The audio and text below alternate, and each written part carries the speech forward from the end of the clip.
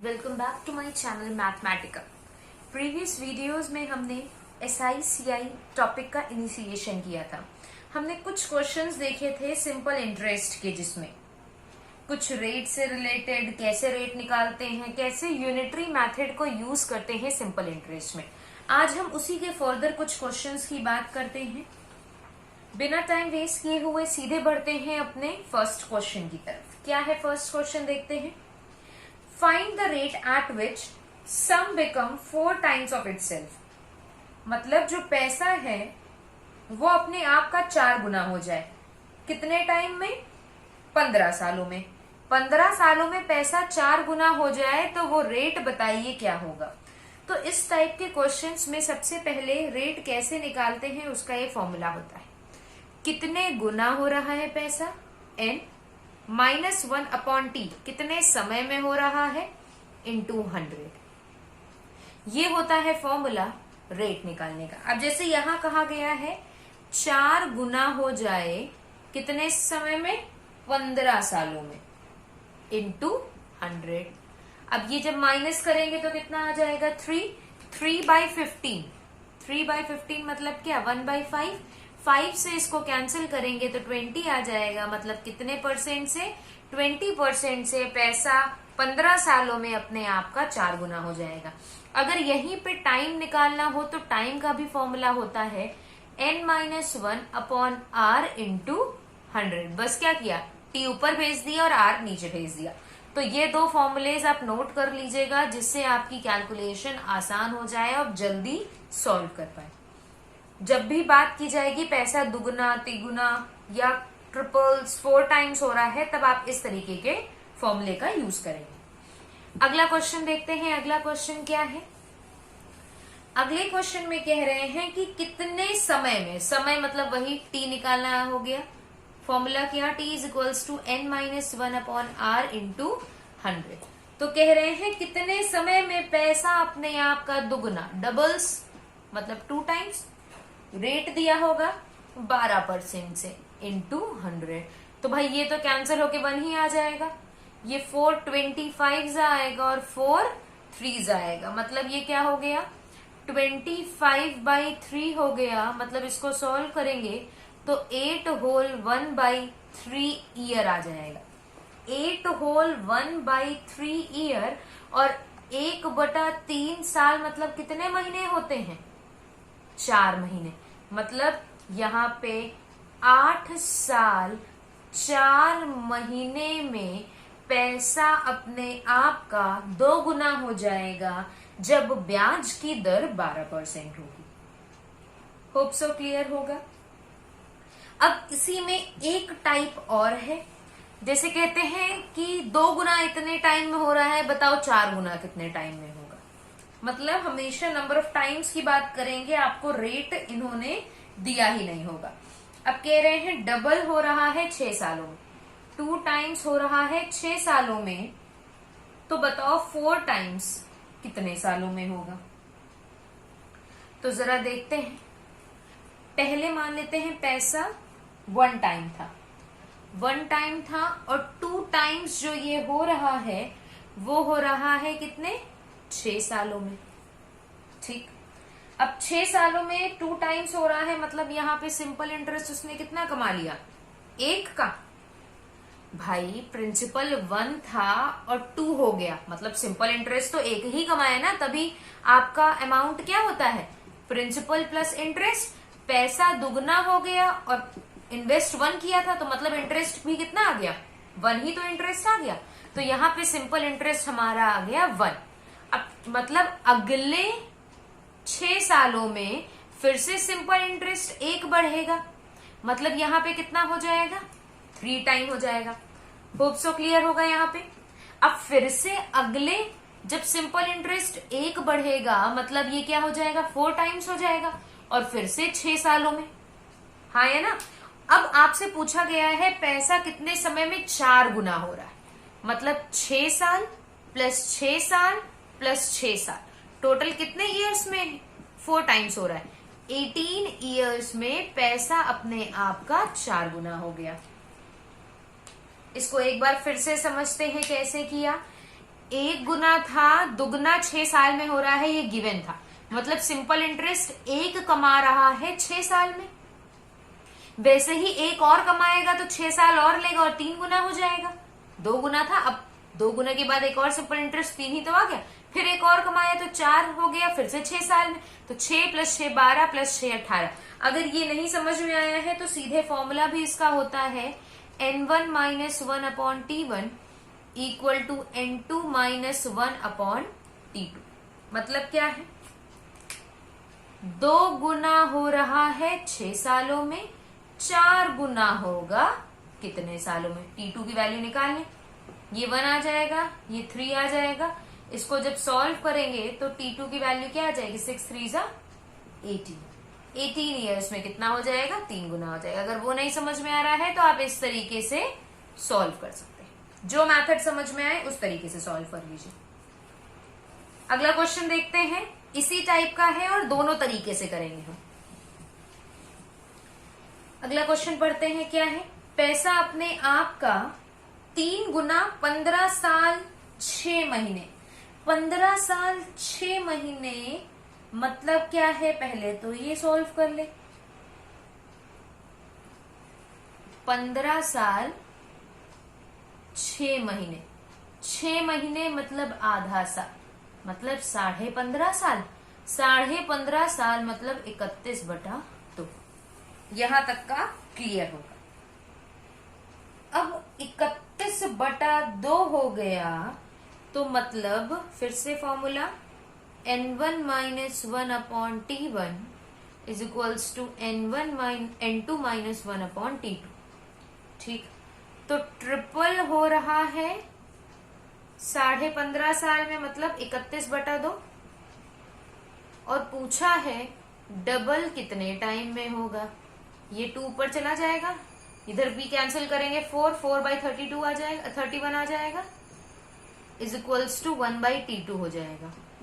तो t2 = क्या आ जाएगा, 31/4, मतलब 7 होल 3/4। फ्रैक्शनल वैल्यू यही तो आएगी। अब 3/4 मतलब कितने ईयर, पहले तो ये देख लें, 3/4 × 12 मतलब कितना, 9 मंथ। मतलब जो आपका आंसर आया वो आया 7 year 9 months. Hope so clear होगा। अगले क्वेश्चन पे मूव करते हैं। अगला क्वेश्चन क्या है देखते हैं। Do like, share and subscribe the channel. If a certain sum of money invested for certain time, कुछ पैसा कुछ समय के लिए निवेश किया गया तो 350 हो जाता है 5% से। मतलब जब 5% ब्याज की दर थी तो वो पैसा 350 हो जाता है, और 250 होता है जब ब्याज की दर 3% थी। ठीक, अच्छा अगर बात करें तो इसमें प्रिंसिपल होगा और सिंपल इंटरेस्ट होगा, क्योंकि ये तो अमाउंट की ही बात कर रहे हैं ना। मूलधन होगा और ब्याज की राशि होगी, यही दोनों चीजें तो होगी। पर आपसे कहा गया है 5%, मतलब यहाँ पे जो ब्याज की राशि होगी वो 5% से होगी, और यहाँ जो ब्याज की राशि होगी वो 3% से होगी। ठीक, अब टाइम तो सेम ही है, तो अगर यहाँ पे हम देखें तो सिंपल इंटरेस्ट का डिफरेंस कितने परसेंट का, 2 का ही तो आ रहा है। 2 का डिफरेंस आ रहा है, और टोटल जो अमाउंट में डिफरेंस आ रहा है वो 100 का आ रहा है। तो मतलब 1 ईयर की वैल्यू, 1 की वैल्यू कितनी हो जाएगी, 50।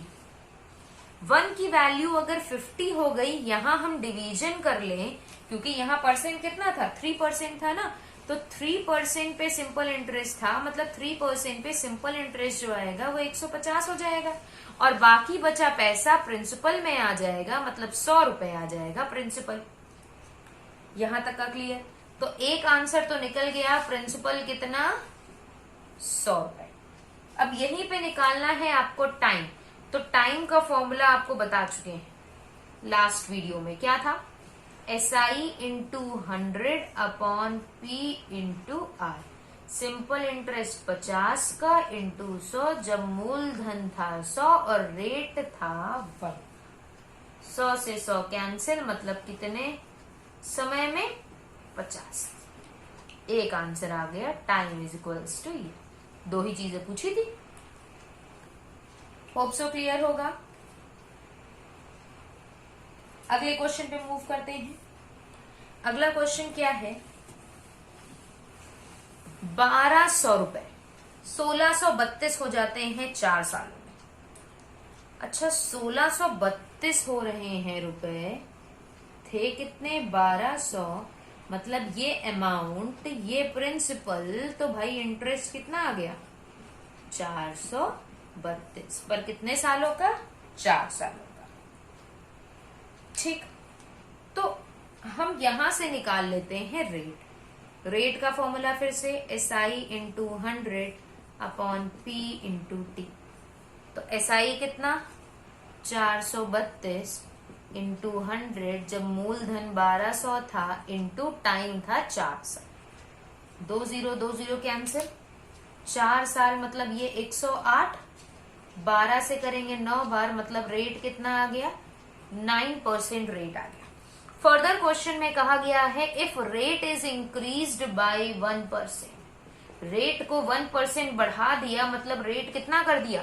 10%। रेट 10% कर दिया, तो बताइए अमाउंट क्या है? तो अमाउंट क्या भाई? 1200 रुपए प्रिंसिपल तो होगा ही, प्लस इंटरेस्ट, और इंटरेस्ट की जो अब रेट होगी वो 10% हो जाएगी, और टाइम 4 साल के लिए। तो ये कितना? 480 हो जाएगा, और 480 को इसमें जोड़ेंगे तो 16 और 8 ये आ जाएगा। होप सो क्लियर होगा। अगर आपको ये पूरा प्रोसेस नहीं करना है तो आप सीधा साधा एक प्रोसेस कर लें जो बहुत ही इजी है, उसमें कोई भी टाइम नहीं लगेगा। 1 साल में 1% बढ़ रहा है, तो 4 सालों के लिए कितना बढ़ेगा? 4%। और ये 4% किसका बढ़ेगा? प्रिंसिपल पे। भाई इंटरेस्ट तो प्रिंसिपल पे ही मिलता है ना, मतलब कितना रुपए? 48 रुपए और मिलेगा। 48 रुपए और मिलेगा। मिल पहले कितना रहा था? 1632, 48 रुपए और मिलेगा, मतलब 1680 रुपए मिलेगा। पूरा सॉल्व करने की जरूरत नहीं है, सीधे 1% रेट बढ़ा रहे थे, तो मतलब 4 साल में कितना बढ़ेगा आपका अमाउंट? 4%। किसका? प्रिंसिपल का, मतलब 48 रुपीज। वही जो अमाउंट आपका पहले था उसी में हमने 48 जोड़ दिया, 1680 सीधे आंसर आ गया। होप सो क्लियर होगा। बहुत ही इजी। अगर आप यूनिटरी मेथड समझ जाते हैं तो आपको ज्यादा इधर उधर कहीं जाने की जरूरत ही नहीं पड़ेगी। मूव करते हैं, नेक्स्ट क्वेश्चन देखते हैं। A man deposited same money in 2 banks. अब भाई एक आदमी ने एक जैसा पैसा 2 बैंकों में लगाया। एक बैंक में उसने 9.5% पे लगाया और दूसरे में 8% पे लगाया, मतलब दोनों तरफ से डिफरेंस उसको कितना मिला? 1.5% का। अच्छा, टाइम दिया हुआ है कि कितने सालों के लिए लगाया? आफ्टर 4 इयर्स, मतलब ये पैसा लगा 4 साल के लिए, मतलब 6% का डिफरेंस ओवरऑल आया होगा। अब 6% का डिफरेंस आया है, पर क्वेश्चन में गिवन है जो ये डिफरेंस है वो है 54,000 का। डिफरेंस परसेंटेज में निकाल लिया और उसकी वैल्यू दी हुई है। तो यूनिटरी मेथड यही तो होता है। 1% की वैल्यू 6 से डिवाइड कर देंगे, 9,000 आ जाएगी। प्रिंसिपल निकालना है, प्रिंसिपल अपने आप में 100% होता है, मतलब ये कितना आ जाएगा? 9 लाख रुपए। ये क्या हो जाएगा? मूलधन। 9%, 9.5 पे लगाया था, 8 पे लगाया था, डिफरेंस 1% का आया था 4 सालों में। 4 सालों के लिए 6% हो गया। 6% की वैल्यू दी थी, हमने निकाली है 100% की वैल्यू कितनी। इस वीडियो का लास्ट क्वेश्चन करते हैं, बाकी जो भी एसआई के टॉपिक्स बचे हैं, जो भी पार्ट बचा है वो नेक्स्ट वीडियो में कवर करेंगे, इंस्टॉलमेंट वाले। क्या है क्वेश्चन, आखिरी देखते हैं।